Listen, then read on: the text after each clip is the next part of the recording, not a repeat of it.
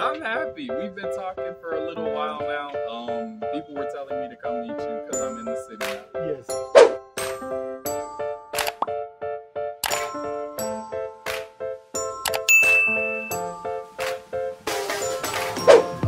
I'm happy.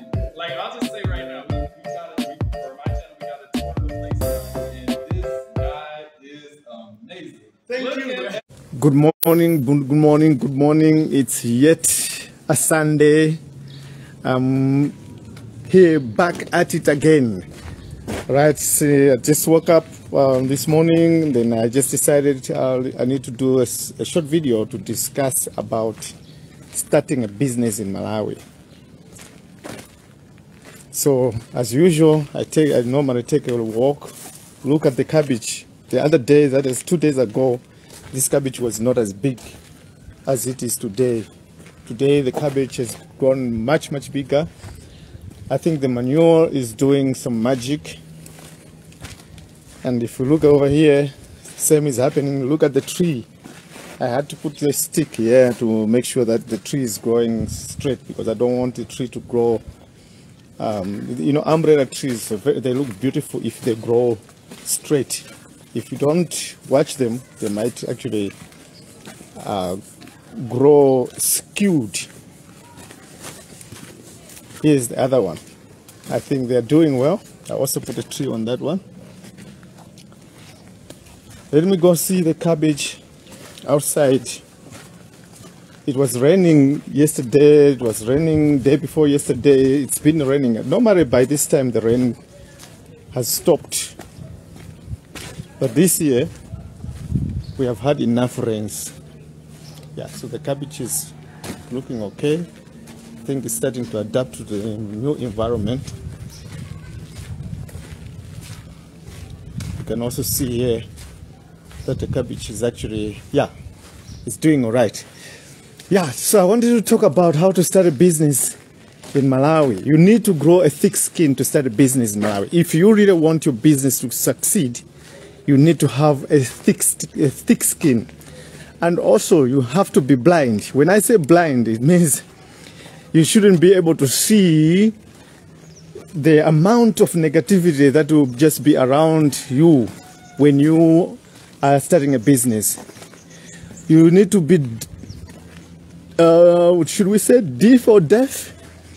Meaning you shouldn't be able to hear the amount of negativity that the people are going to be telling you.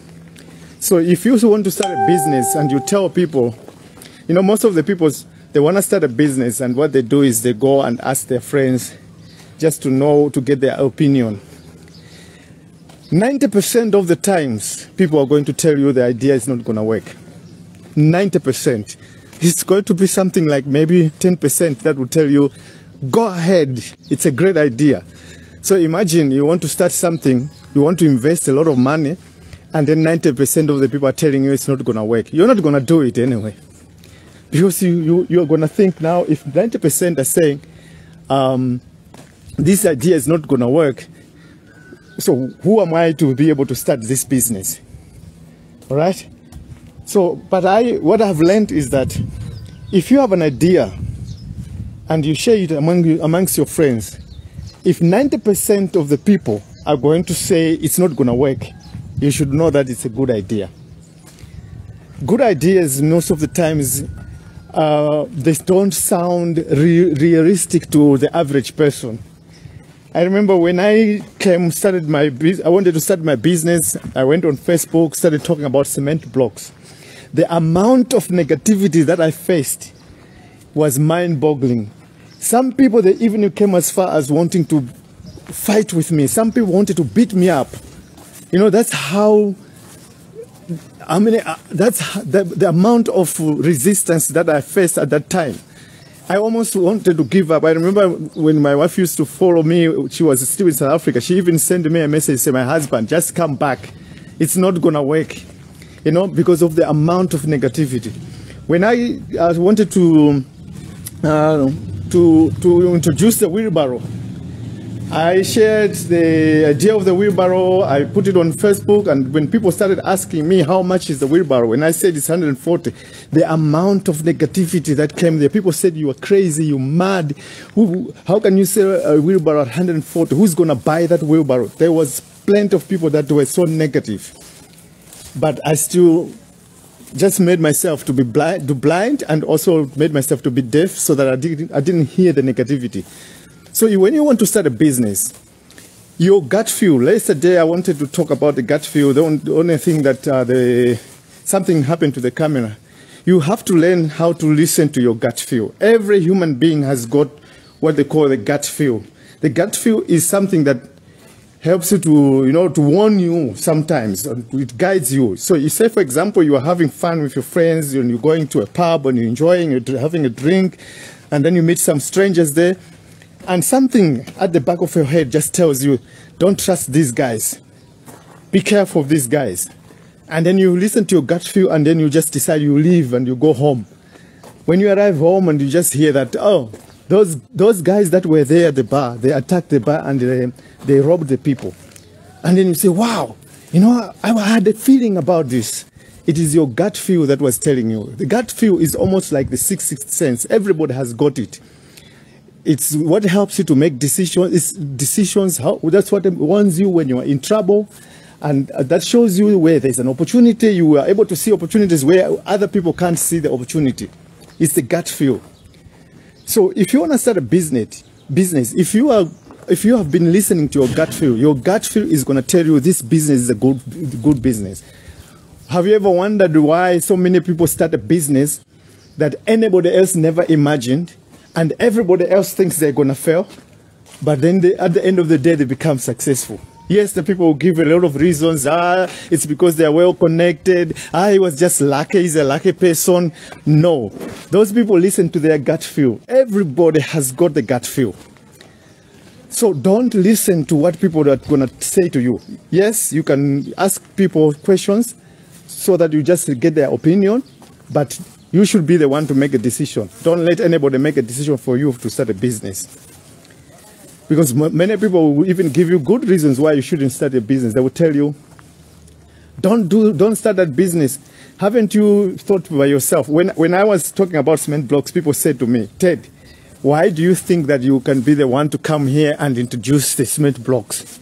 Didn't you think by yourself? If it was a good idea, somebody would have started it already. So I said, why can't I be the first one to start this business? Why can't I be the first one to start making wheelbarrows and selling them to the hardwares? You can be the first person to do something. In fact, when you are the first one, you actually enjoy a honeymoon period because you don't have any competition. Like now, I'm enjoying the honeymoon period with my wheelbarrow. There is no competition whatsoever yet.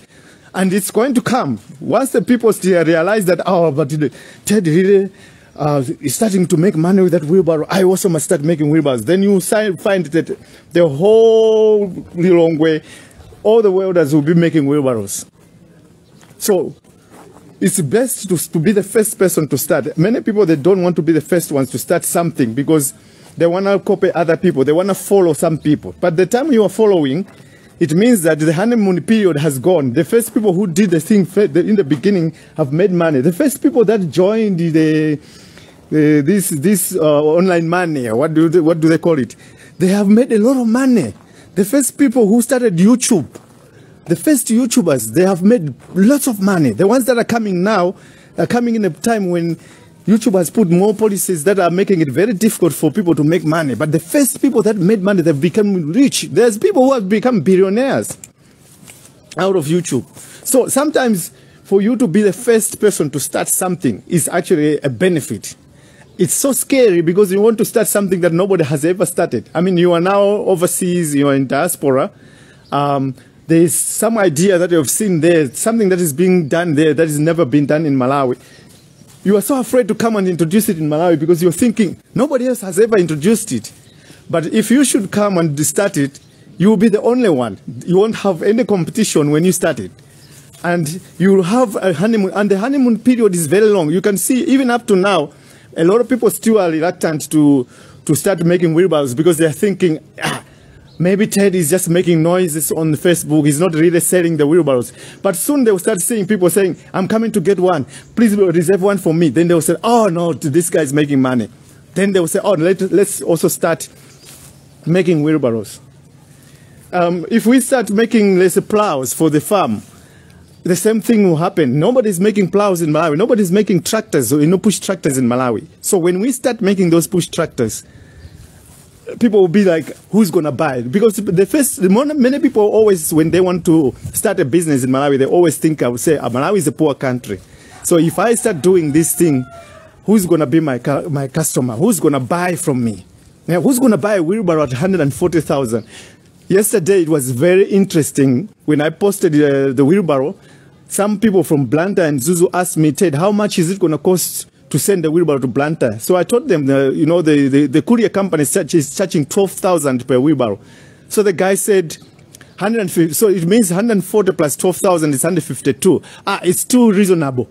I was amazed that people want something that is very strong, that is very reliable, and they are prepared to pay for it.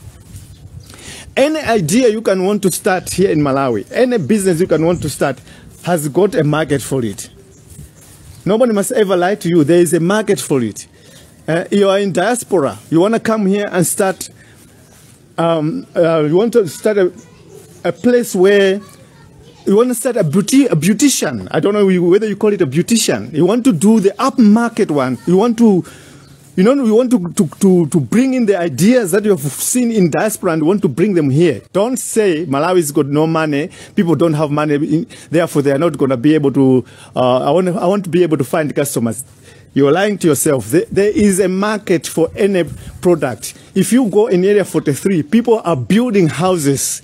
You go in that house. If you can be blindfolded and be put in that house, and then they remove the blindfold and they tell you this is Malawi, you will never believe. You will never believe. People are driving very, very nice cars here in Malawi, which they don't even buy through the bank. They buy cash with money, cash. Huh? I mean, here in Malawi, some people, they get in a plane to go to South Africa for shopping. Some people, they even go for a weekend for groceries in South Africa. Because there is a lot of opportunities in Malawi. There is upmarket businesses here that can compete with some of the upmarket businesses in America or South Africa or the UK, and they've got a market for them. So any idea that you can think of, anything that you want to bring from that side to start here, it's got a market. But the biggest mistake you ever do is to start doing your homework by asking people. Asking people to say, what do you think? I want to come to Malawi and start, this type of business. What do you think? They will tell you, no, nobody has ever done it here in Malawi. It will never work. They will tell you that. Obviously, they will tell you that. But there is a market for any business. It just needs you to come here, do it properly, do your research, do your marketing, and also make sure that you find the right people to train to help you to do the business. So I'm busy making this tractor here, over here. And a lot of people are thinking he must be crazy. Number one, how is he going to be able to make it work? And number two, if he makes it work, he's even going to be allowed to be able to drive it here in Malawi. I'm not doing it for driving on the roads of Malawi, but I'll have to take it from one place to another. But for me, I know that and some people are saying, okay, if he finish this car, is he going to have people who can buy it? Yes, there is a market for it. Just because nobody has ever done it, doesn't mean that if I do it, then it's not, nobody's not going to buy. The same with the wheelbarrow. There was a lot of people saying a lot of negative things to say. Some people were even mocking me. They were saying that my wheelbarrow is too expensive. It sounds like it's got an engine. Some people even asked me, does it have an airbag? And the amount of negativity that I faced at that time, I think I would have, if I was somebody else, I would have stopped. I wouldn't even have gone ahead to manufacture this wheelbarrow. But today, all these wheelbarrows which are here, they have been bought. People must just come and collect them. And there's more and more people that are ordering that I'm failing to deliver because now I can't handle the capacity. You can see I'm making all these stands for the wheelbarrows. Almost 13 or 14 stands for wheelbarrows. Why? Because there's a big market for them. Although the wheelbarrow sounds to be very expensive, there is a market for it. If I listened to the people when they were telling me I'm crazy, nobody's going to buy the wheelbarrow, I wouldn't have done it. So if you really want to do business in Malawi, you want to start a business, yes, do your homework. You can ask people's opinion, but don't take them to heart. Listen to your gut feel. Your gut will tell you whether you are making the right decision or not. You have to start learning how to listen to your gut feel. Every human being has got the gut feel. Every human being has got the sixth sense. Something that tells you, you shouldn't go to that place. It's very dangerous. You shouldn't do those things. It's going to kill you. You shouldn't eat that food. It's bad. Don't be friends with that person. He's going to harm you. That gut feel is the same gut feel that will help you to start a business. Every human being was given the potential to be able to start a business, to be able to do what other person can be able to do. What I can do, anybody else can do it. It doesn't matter where they're from, whether it's in the village. What I can do, they can do it. If they can have the right resources, they'll be able to do it. I've just brought in a guy who comes from the north, straight from the village. He was brought here in Lilongwe to go and study as a pastor. And then the organization said the guy must have, all the guys who are learning as pastors, they must have skills. So they brought him here to me to teach him welding. He's actually the guy that I'm depending on now. All these stands are being made by this guy. All the machines that I'm making right now are being made by this guy. Then this guy comes, all these stands are made by this guy. The machine that we just delivered yesterday, he's the guy who made that machine. He's just been with me 7 months now. But he's making very, very, very nice machines. This stand over here, it used to be made by all these yellow stands that I used to sell. If you have seen my machine, with all these yellow stands were made by a girl by the name of Lukia. When she came here, she didn't even know nothing. And at the end of the day, she was able to make this stand. So everybody has got it in them. God created us in his own image. He selected human beings to be the custodians of the earth. Human beings have to look after the earth. So he gave each and everybody some skills. He gave each and everybody talents. But he never said, Ted, this is your talent. He gave me the talent and he let me alone to figure it out. So you have to figure out what is your talent.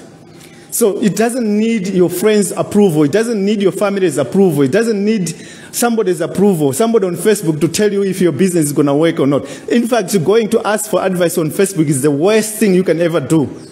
Because people are just going to mislead you. They'll tell you it will never work. Some people are going to be rude to you. And you just go, at the end of the day, you just end up getting depressed. Because there's just too much negativity there on Facebook. So just blindfold yourself and be blind to see what people are doing. Have your own mind. Make your decision. Do your homework. And then go ahead and start doing it. You'll be very surprised to see what you can do, what you can achieve. You'll be very, very, very surprised to see what you can achieve. Human beings can move mountains. Human beings can do wonderful things. When I came here, I never even imagined that I could be able to build my house like this. And it has taken me since 2013 building this thing until today, and it's still not finished. But little by little, I'm making progress. So it all has happened because I never listened to people telling me, Ted, when I remember my wife was talking to her friend in South Africa, and the friend said, hey, your husband has been posting something. What is that thing he's been posting? She said, no, he's building a house. He said, but since all that time until now, he's still building that thing. What kind of a house is that? I'm sure if she can see it today, she will be very amazed. You know, because this has taken almost 12 years. It's in 12 years in the making. I mean, I'm building my house using money that I'm making from a small business, hustling. It's not money, that I get through corruption. It's money that I've gotten through hard work, blood, sweat, and tears. Every day I work. Today is a Sunday. I just opened my workshop, waiting for the guys to come. We are going to work. We work every day. I work every day. Since I landed in Malawi after coming back from South Africa, I made a decision. I don't want to die a poor person. I don't want to be old and suffering. So I said, I'm going to work until I'm 60 years of age. I want, when I'm at 60, I don't want to work the way I'm working today. So I work every day. I started very late. I started when I was already over 40 to make this decision. It was too late. I should have made the decision when I was in the 30s, because then by the time I was 40, when I was reaching 50, I would have retired now. I would have been, relaxing. So now, because I don't have time, I have to work hard.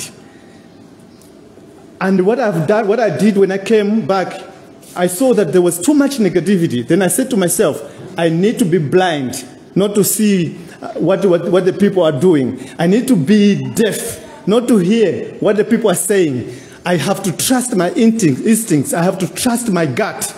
And I've done that. And I'm still keeping on doing it. Some people, they even say Stead is stubborn. He doesn't want to listen to what people say. But most of the things that people tell me, that, or even the advices they give me, are advices that will even mislead me. They will make my business go down. I just have learned, in running the business, I've just learned a few things. What you put in is what you get out. So if you're putting in something and you're trying to get out more, you will remain with nothing. I don't have accounting skills. I don't have business skills. I just said to myself, there are so many Malawians who have gone to university, they've been studied very far, but the money that was used to send them to school was actually made by a woman who was selling mandasi, most of them. There was a woman who was working Kudimba to make products there to pay school fees for their son. Most of these educated people have been educated by somebody that was not educated, somebody that had to hustle. But how did they manage? How did my mother manage to work and sell products and be able to make money for food and make money for my school fees? So why would it be so difficult for me to do the same? So what I do, when I sell, I have to get money to pay my staff. I have to get money to buy more stock, and the remaining money that I can use to maybe grow my business. I also learned that every month I have to make my business grow a little bit. So I have to either add something on it, or I have to add more stock on the business. So it's the same. That's what those people used to do. The mothers and the fathers in the village, when they were raising the children, sending the children to university, when they sold the mandasi, every time they sell, they made sure that the business grows. They had to add more money to the business. They had to reinvest the money into the business. That was just a simple business principles that you don't need to go to study accounting for you to be able to grow your business. That's why we see a lot of people in the villages, they become so wealthy because they've learned these simple principles. What you put in is what you get out. If you try to get out too much of it, you will remain with nothing. So you have to make sure that when what you put in, you have to get out the small amount of it. Don't take too much out of it. Don't dip too deep into your pocket. Otherwise, you're not going to be able to do anything. Another thing is patience. You have to be patient. You have to be prepared to wait for that gratification. Many people say, I cannot build a house because I don't have the money. But every weekend, they're spending 100,000 kwacha drinking. Right now, as I'm talking, somebody didn't even sleep at home. The wife is wondering, where's my husband? He's been drinking. But the guy is saying, I can't build a house because I don't have money. Ted, I'm not like you. I don't have money like you. But I never had money myself. The little that I had, I'm making progress. I have waited for this section of the house. I've waited for more than how many years? I mean, the last time I finished building my house, doing this structure, was, I think, 2-3 years ago. So I've waited for more than 3 years to do this section. I mean, even more than 7 years, because the foundation of this part, I built it 7 years ago. I have been saving money for me to be able to do this. So you have to also learn to save. I know many people say, if you save, you will never get rich. But the foundation of getting rich is saving. before you can reach that point where you'll be able to reinvest your money, like, like buying shares and all that stuff, you first need to learn how to save. So, like I said also, don't listen too much to what people say. You can listen to the people, but make sure that your gut feel is teaching you how to go about with your life. Every human being was given that instinct. Yeah, so I wanted to share there that if you want to start a business in Malawi, you need to have a thick skin. You need to grow a thick skin. Because once you start doing business, there will be a lot of people that will come and try to discourage you from doing the business. They will come, they will even give you very valid reasons why your business is not going to work. And you know what? If you are somebody who just listens to everybody, you will never be able to do anything in our country. There's too much negativity in our country that if you can really spend your time listening or getting advice from people, you will be a nobody. Do your research, read your books, go online, do your Googling, do your homework. I shared about blocks the other day. A certain guy, I told him that if you want to cure blocks properly, you must dip them in the water. So he's in Mangoji, he was dipping his blocks. So he did a video, sent it to me. I shared it on Facebook. Some people were saying, you shouldn't put blocks in the water because they break. What nonsense is that? How can a block break because you put it in water? Yeah? Yes, after just making the block and you put it in water, it will break. But if you do it the next day, it will never it will never break. In fact, the block loves water. If you dip it in water, it's actually going to cure much better, cure much faster. But now there was a lot of people being against this. It's because they are also doing business and then they can't afford to build a dam. Now, because they can't afford, they want to discourage other people by saying it's useless to build a dam for you to cure a block. But this is actually the best way of doing it. I had to go online, Google out some of the things, information that was there, and share it on that post so that people can see that I'm not just talking, it's something that has been researched. So many people will come and give you very good and varied reasons why whatever you want to do is not going to work. So if you didn't do your homework well, you're going to say it's not going to work, and then I'm going to drop it. And then at the end of the day, tomorrow you see somebody doing the same thing, and then they're doing okay. And then they will tell you, if you ask him, but look at that guy now, he's doing okay, they will say, no, that guy is lucky for him to be able to do it. Or that guy is connected. Or that guy is using money from corruption or whatsoever. They will give you a million reasons why it will never work. And if somebody makes it work, they'll give you millions of reasons why they are not doing it the right way, or they're using shadow means to make it grow. One of these days, people are going to say Ted is satanic. Or one of these days, people are going to say Ted he has connection in government. That's why he's running his business like this. They will forget that every single day, people have been watching me since I came from South Africa, working every day. I made a decision. I said to myself, the first thing I have to do for this thing to work, I have to love my wife. I have to love my wife so dearly so that my wife will love me back. Because if I don't show love to her, she will not show love to me. And because I've done that, she loves me also. She loves me so dearly. So she has been always willing to participate in the business. So the best friend that I ever have in my life at this moment is my wife. I don't have any best friends. And because we've been living together for many years, when I come up with an idea, she believes that I have done the right research, I've done the right homework, and she believes that it's going to work. Now, if you don't work with your spouse, there's always going to be a lot of conflicting ideas that will help you, that will not help you to proceed in whatever you're doing. Because the last person you can ever depend on is the person that you sleep with on the bed every night. The person who sleeps next to you in the bed every night is the person that you should be trusting, the last person you can be able to trust. If you think you can trust your best friend, wait one day when everything goes down, what is going to happen? They will walk away. They will look. If something can happen to me tomorrow, the so-called friends who are on Facebook will be the first ones to be commenting negative online on my profile. Yeah, we knew. Yeah, he thought he was always smart and all those kind of things. And the person that's going to be beside me when I'm going through that is my wife. So why do you guys leave the home and go spend outside there. Somebody left home yesterday and hasn't been at home. The wife is sleeping and wondering what has happened to my husband. Why do you make the person that is supposed to be your champion, you make that person suffer? So the last person that you should be, the last people that you should be making to suffer, allowing to suffer, is your wife and your children. So yes,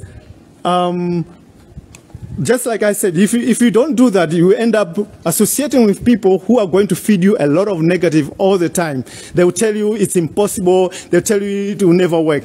If you go and search on my profile and search for the word, there's I can't is not in my vocabulary. You will see it. I've shared so many things so many times on my profile. For me, it can't happen is not in my vocabulary. Can't is not a word that is in my vocabulary. I can do anything if I put my mind to it.